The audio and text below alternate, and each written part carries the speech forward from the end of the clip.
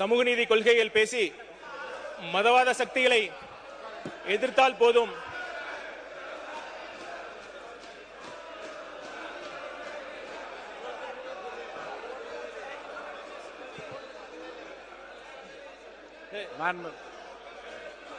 உட்காருங்க. இல்ல இல்ல இல்ல இல்ல இருங்க.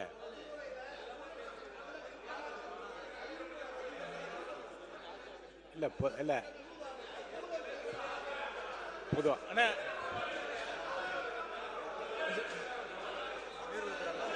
மாண்புமிகு நீர்வளத்துறை அமைச்சர் சொல்லுங்க. நீங்க சொல்லுங்க. பேரத்தலைவர், எந்த கட்சியை பத்தியும் நாங்க சொல்லல. அவர் எந்த கட்சியை பத்தியுமே அவர் சொல்லல. நீங்க இல்ல இல்ல நீங்க ஊழல் நீங்க ஏன் சிரிக்கிறீங்க? இல்ல இல்ல இல்ல எந்த கட்சியை பத்தியும் சொல்லல சார். ஆனா எந்த கட்சியை பத்தியும் சொல்லலன்னு அவரே. எல்லாம் உட்காருங்க உட்காருங்க. நமக்கு முடிக்கிறேன், இதை முடிச்சு வைக்கலாம். உட்காருங்க உட்காருங்க உட்காருங்க. அவை முன்னவர் நீங்க வந்து இதை சுமூகமாக எப்படி முடிவு, உங்க கருத்தை சொல்லுங்க. நீங்க மாண்புமிகு பேரவைத் தலைவர் அவர்களே, மாண்புமிகு எதிர்க்கட்சி வரிசையில் இருக்கின்றவர்கள் கூறுவதைப் போல அவர் அந்த வார்த்தையை அங்கே இடம்பெறவில்லை. அப்படி வார்த்தை இடம்பெற்றிருந்தால் அவை குறிப்பிலிருந்து நீக்கிக்கொள்ளும். அமைச்சர் அவர்கள் குறிப்பிடுகிற போது ஒரு குறிப்பிட்ட வார்த்தையை கடந்த ஆட்சியாளர் என்று குறிப்பிட்டு சொல்கிறார். இன்னொருத்தர் அதை பற்றி சொல்லவில்லை என்பது அவர்களுடைய காரியம். ஆனால் ஆட்சி பொறுப்பில் இருந்தக்கூடிய நாங்கள் இருந்திருக்கிறோம். அவர் ஒரு குறிப்பிட்ட வார்த்தையை அவர் குறிப்பிட்டு சொன்னார். நான் வேண்டுமானால் சொல்கிறேன், அதையும் நீங்கள் நீக்கலாம்.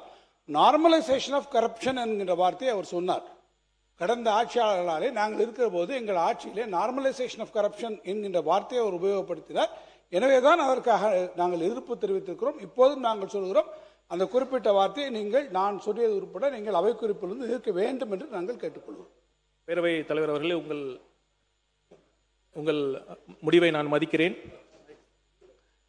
சில மேதாவிகள் கூட சமூக நீதி கொள்கைகள் பேசி மதவாத சக்திகளை எதிர்த்தால் போதும், தமிழ்நாட்டில் ஊழல் ஒரு பெரிய பிரச்சனையே இல்லை என்ற கருத்தியலை உருவாக்கியதுதான் சென்ற அரை நூற்றாண்டின் மிகப்பெரிய சோகம். யாரையும் பொதுவா சொல்றது இந்த கருத்தை நீக்க முடியாது. பொதுவா சொல்றது கருத்து நீங்க பேசுங்க, தொடர்ந்து பேசுங்க. நீங்க இது பொதுவா சொல்ற கருத்துக்கள் நீங்க சொல்ல முடியாது. நீங்க பேசுங்க, தொடர்ந்து பேசுங்க. நீங்க பேசுங்க. முதல் கோணல் முற்றிலும் கோணல் என்பதை போல இந்த ஊழல் கலாச்சாரத்தின் ஆரம்ப புள்ளியே ஓட்டுக்கு பணம் என்ற மோசமான நடைமுறைதான். இன்றைக்கு ஊழல் இல்லாத ஆட்சியை தருவோம் என்று நம்பிக்கையுடன் நாங்கள் பேசுங்க. பொதுவா சொல்ற கருத்து நீங்க இருங்க. நீங்க பேசுங்க, தொடர்ந்து பேசுங்க. இன்றைக்கு ஊழல் இல்லாத ஆட்சியை தருவோம் என்று நம்பிக்கையுடன் எங்கள் முதல்வர் சொல்வதற்கு காரணம், நாங்கள் அனைவரும் ஓட்டுக்கு பணம் கொடுக்காமல் நேர்மையாக தேர்தலை சந்தித்து வெற்றி பெற்றதுதான்.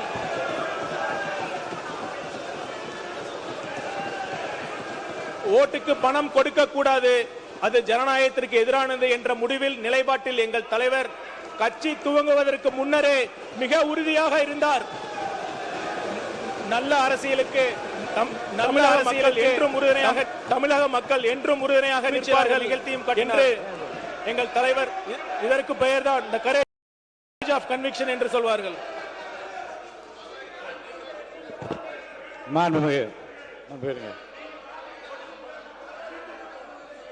இருங்க.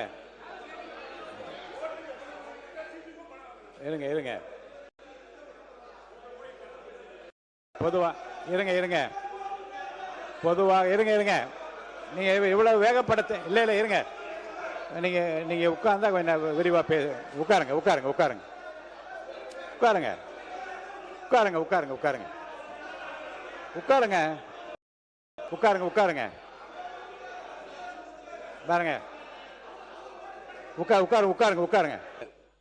அமைச்சர் அவர்கள் பதிலுரை நிகழ்த்தி கொண்டிருக்கிறார். நாங்கள்லாம் பொறுமையாக அவருடைய பேச்சை கேட்டுக்கொண்டு தான் இருக்கிறோம். போகிற போக்கில் ஏற்கனவே இருந்த அரசாங்கம் நிர்வாக திறமையற்றது, நாங்கள் நிர்வாகம் நன்றாக செய்கிறோம் எல்லாம் சொல்கிறத பற்றிலாம் அதுதான் பொதுவான கருத்துக்கள்.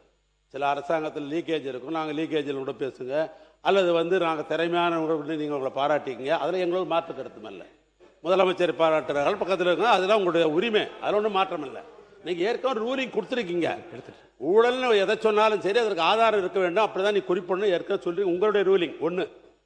அது அன்னில் 50 ஆண்டு காலமாக ஊழல் திளைத்திருப்பது என்பது எப்படி குறிப்பிடுகிறான்னு சொன்னா, திராவிட இயக்கம் தான் இந்த 50 ஆண்டு காலம் ஆண்டு கொண்டிருக்கிறது. அண்ணாவை சொல்லுகிறாரா, மக்கள் தலைவர் எம்ஜிஆரை சொல்லுகிறாரா, அல்லது அமர் ஜெயலலிதாவை சொல்லுகிறாரா, இந்த நாட்டை 5 முறை ஆண்டு அண்ணன் கலைஞரை சொல்லுகிறாரா? யாரு சொல்றாரு? யாரையும் சொல்ல முடியாது. ஏன்னா நான் சொன்னவர் தான் முதலமைச்சராக இந்த 50 ஆண்டு காலம் இருந்திருக்கிறார்கள்.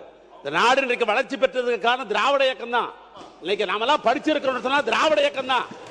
அவர் தான் சொன்னார், நான் கிராமத்தில் எங்கேயோ பிறந்து வளர்ந்தேன், எங்கேயோ போய் நான் வந்து கிருஷ்ணகிரி ஒரு கிராமத்தில் போய் நான் மருத்துவராக வந்தேன் என்று சொன்னால், இந்த மருத்துவம் சாதாரண கிராமத்தில் படிப்பதற்கு வாய்ப்பு வந்தது திராவிட இயக்கம் தான். திராவிட இயக்கம் யாரும் நான் பேசியிருக்க முடியாது, யாரும் படித்திருக்க முடியாது. எனவே திராவிட இயக்கத்தை நீங்க புதுசா வந்துக்கிறீங்க, கொள்கையை சொல்லுங்க, மீண்டும் நாங்க தான் ஆட்சிக்கு வரும் சொல்லுங்க, 25 ஆண்டு காலம் கட்டமைச்சு சொல்லுங்க, அது உங்களுடைய உரிமை. ஆனால் அடுத்தவர்களை பேசுகிற பொழுது, அடுத்தவரை கை நீட்டுகிற பொழுது ஆதாரம் இல்லாமல் பேச வேண்டும் என்று நீங்கள் தயவு செய்து ரூலி கொடுங்க. இல்லைனாக்கா இந்த 25 நாள் இதே பிரச்சனை தான் உடனே அசம்பிளியில் நாம் நடத்த முடியாது.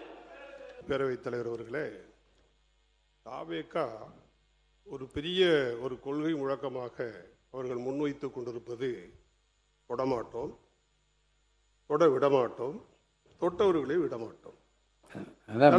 மனப்பாடமா சொல்றீங்க பாருங்க. அதை இல்ல சொல்லுங்க.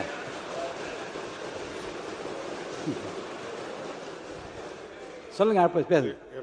எனக்கு 2 காது இருக்கு, 53 வருட அரசியல் அனுபவம் இருக்கு, அதனால மனசுல இருக்கு சொன்னார்கள். இதுவே அவர்களுடைய கடுமையான விமர்சனமாகவும் முன்வைக்கிறார். வாழ்த்துக்கள், அதில் ஒன்றும் தவறு கிடையாது, நல்ல விஷயம்தான். ஆனால் அனைத்து இந்திய அண்ணா திராவிட முன்னேற்ற கழகத்திலிருந்து பல்வேறு வழக்குகள் நீதிமன்றத்திலேயும் சிபிஐயிலேயும் பலதரப்பட்ட வழக்குகள் இருக்கிற 2 முன்னாள் அமைச்சர்களை நீங்கள் சேர்த்தீர்களே, அது எப்படி?